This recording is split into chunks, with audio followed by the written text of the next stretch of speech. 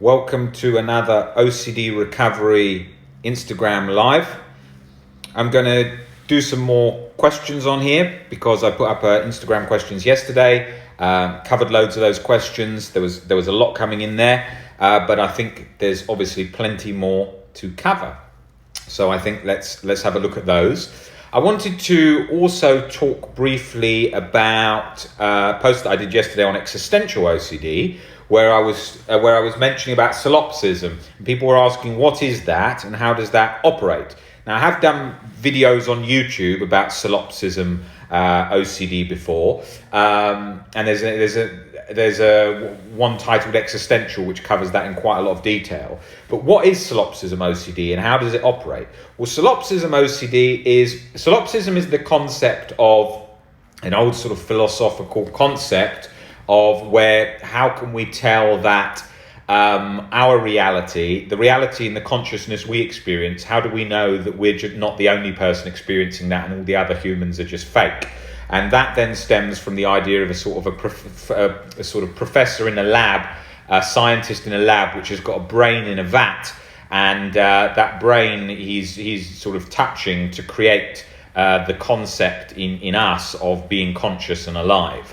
And there's various versions of that, like, for example, the Matrix being sort of plugged into some form of simulation, like in some kind of alien computer game. And then there's also the version of, what other things are there? So there's the simulation, there's the brain in the vat, then there's the ones to do with our consciousness. Is everyone robots? Is it all fake, like a kind of Truman Show scenario? Versions of that. Now, what that does is when you feel that and you notice that, the OCD locks into that and it kind of sort of locks us in that feeling. So we feel disconnected from all humans, because what tends to happen is the fear where it stems from initially tends to be our belief, which is a very subtle belief, that if we weren't able to interact and connect with our loved ones, our life would be worthless and terrible and no good if that was the case, which isn't so. Our life would still go on. We could still live life just fine, the same as when we watch a movie. When we watch a movie, they're all actors, but we forget they're actors and still enjoy the movie, even though it's all fake, right? So that's a really important point in relation to all that stuff, because with that fear, it quickly tries to trap us with things like, oh, you can never have fun again, none of your experiences are real, you're never going to see your parents. So we get under that with lots of sort of rational thinking, as well as getting comfortable with uncertainty, which is vital in existential related OCD fears. And that's the way that we approach that situation.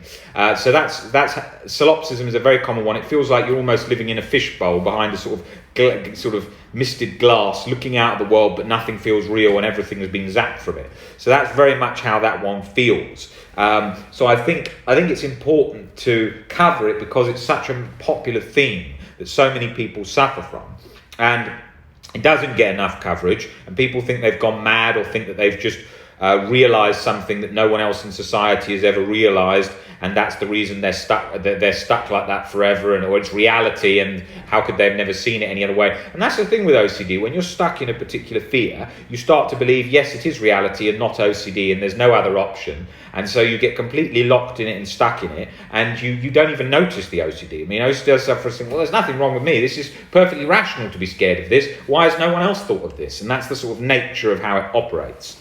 But that left me stuck for years in those ones. Like, I was just constantly thinking, shit, I'm in this, the whole world's fake. No one's been real. My mum's not been real. Every interaction with my family's not been real. Any interaction with girlfriend has never been real. Any interaction with anything has never been real. And then you've got versions of that stem from that. What if we're in a dream? What if we're in the afterlife? What if we're already dead? And then you've got various compulsions that go on around that. Listening out for, is there a beeping sound of a heart rate monitor because you're in a coma? Is there glitches in the universe to watch out for? Stemming from all the other fears that branch off of that in relation to existential OCD. Right, let's have a look at some of these questions.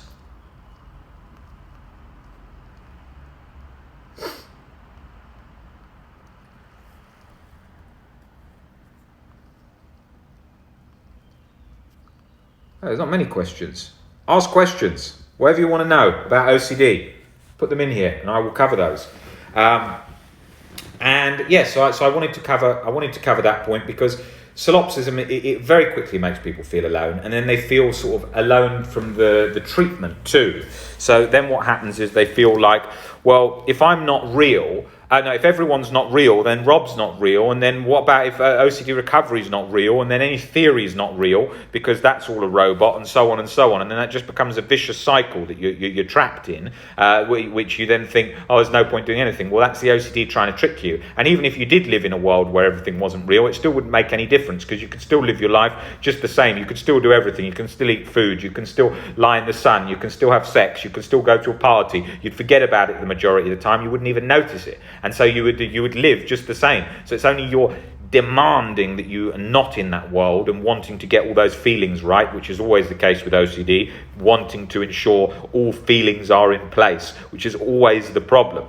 Everyone with OCD is all chasing that, especially with our OCD. I just need to know if I love my boyfriend, just need to get that intact, just need to feel like I really love my boyfriend or my girlfriend or whatever, and that's where it gets in.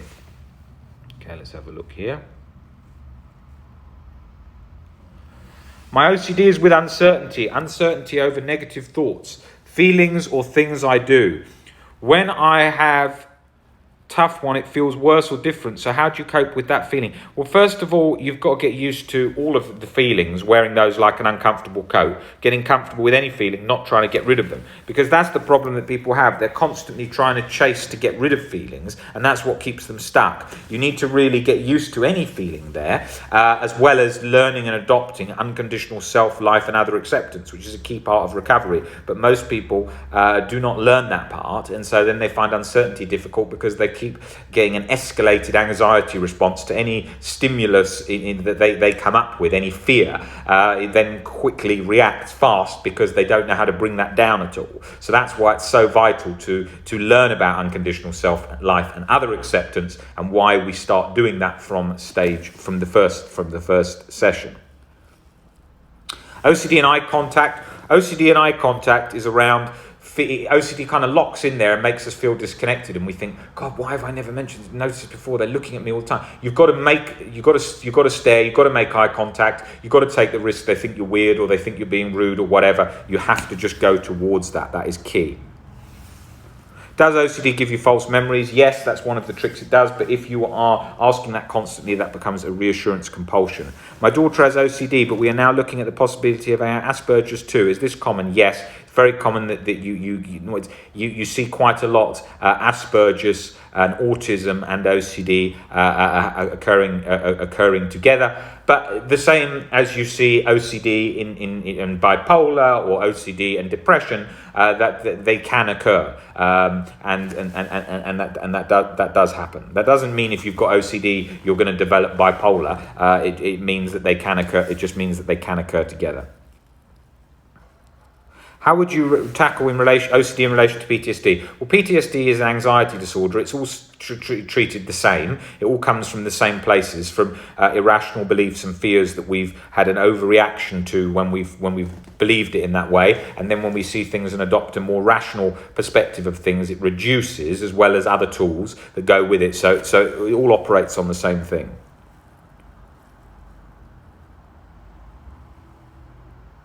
I've had different OCD themes. It's morphed a lot, but why is it stuck on one more? Because OCD, it's got a good grip on that one, so it doesn't need to get onto another one, because it feels like that one feels real to you, so it's holding in there with that one. Don't be too concerned about why not, doesn't make any difference. Sometimes they're morphed all the time for me, sometimes they stayed locked on one for a year. Why the more scared of a theme, they chase you more? Because anxiety is designed to save your life, so it's looking for any threat, so it's going to attach to that and sort of pump the adrenaline away till it's dealt with.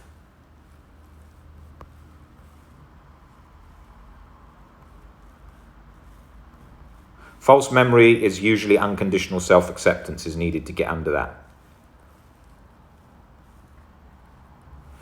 Why do we talk about OCD like it's a living, breathing monster? We don't. We don't have to. Sometimes I refer it to like that because it makes it easy to understand. In children's books, it's often just depicted in that way to make it understand, and I think it's a good way. It's not. I don't even like the word OCD or any of it. I just think it's a sort of just a scared feeling sort of locked on. That's all at times, okay? Just very scared. You know, that's as far as it really needs to go. Themes, everything, it all just gets lost in it. But it's a good way of describing it to people. Otherwise, it's more difficult to be specific about individual parts of it. So I think explaining it as a monster helps, and to help create separation between you and it. So see how it's operating. That's why I always think it's good in our group calls when people see other people speaking about OCD. They're like, I can see the OCD in them, but I can't see it in me. We get caught up with it and start thinking it's all real and it's not connected to us. And it's actually good to see and that we don't have it and so on. So it's actually good to see it in other people so you can see how it operates.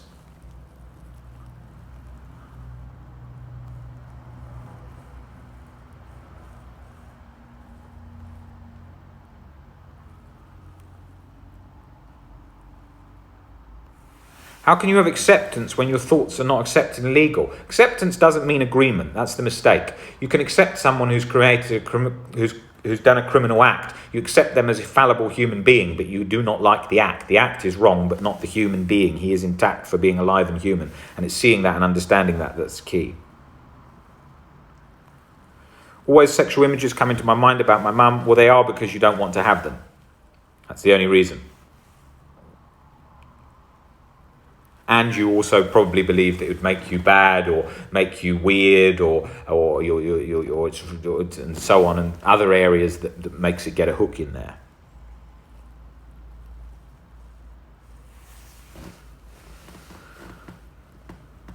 I can't seem to accept harm. Harm is one that it really needs a good understanding of unconditional self-acceptance, usually for harm. Not always. A lot of people can do it with uncertainty, but usually it needs unconditional self-acceptance. I certainly did, along with, I would say, when it's been locked on for years, the majority are definitely going to need unconditional self-acceptance when it comes to false memory, harm-related OCD.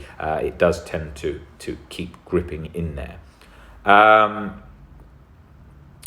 think that covers everything that I wanted to cover. But best advice for fear of not being able to be happy again. Well, if you chase happiness is a moving target. It's constantly moving. Okay, so I don't factor in. I don't think about my day. Oh, I've got to go and be happy. I think, what jobs have got to be done? What have we got to do? I'm always really busy. There's always things going on. You know, I'm concentrating on that and trying to live in the moment the best I can. But I'm not thinking I've got to be happy today. It's like, look, I'm doing Instagram Live. I love doing these Instagram Lives. They're great fun, interacting with people. But I'm not going, oh, how happy am I right now during this Instagram Live? Could I be happier if I was sitting on the beach? Could I be happier if I was having lunch? Could I be happier? Life doesn't work like that. Life is ups and downs, different things going on. The conscious wanting to be happy, demanding happiness is the problem. And then the other problem is the fear of not being happy. Well, when we were at school, a lot of us weren't happy for a lot of it, but we still got on and it wasn't that bad. You don't need to be happy. You just need to be sort of comfortable enough, right? I was comfortable enough with loads of anxiety getting things done, even during my recovery when things were difficult. So you can get comfortable enough, you know, with anything. Let's have a look 1 second. I mean, you can be happy if you're disabled in quite a bad way. You can be happy if you've got anxiety. I've watched a good film and had a great laugh, even when very anxious during a movie. So you know, happiness is a perception. You can be happy and anxious. People don't realise that. You might not have exactly the same chemical feelings, but you can be happy in yourself. If I just said to you, just won $10 million whilst you're in the middle of anxiety, trust me, you'd be happy and anxious.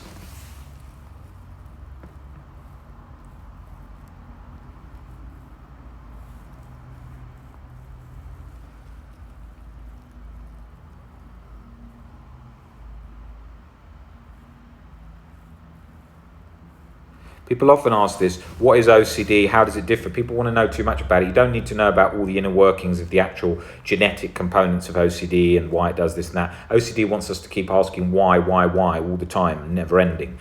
So we don't want to go down that cycle, just constantly down that, because it's a never ending part of the cycle.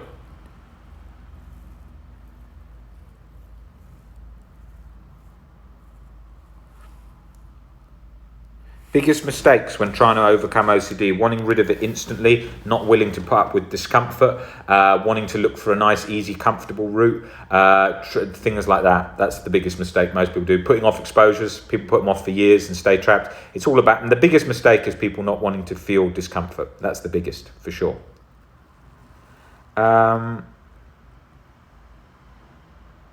Okay, I will cover the rest of the questions on another Instagram Live. Thanks a lot, guys. I will see you on the next one. Take it easy. See you later.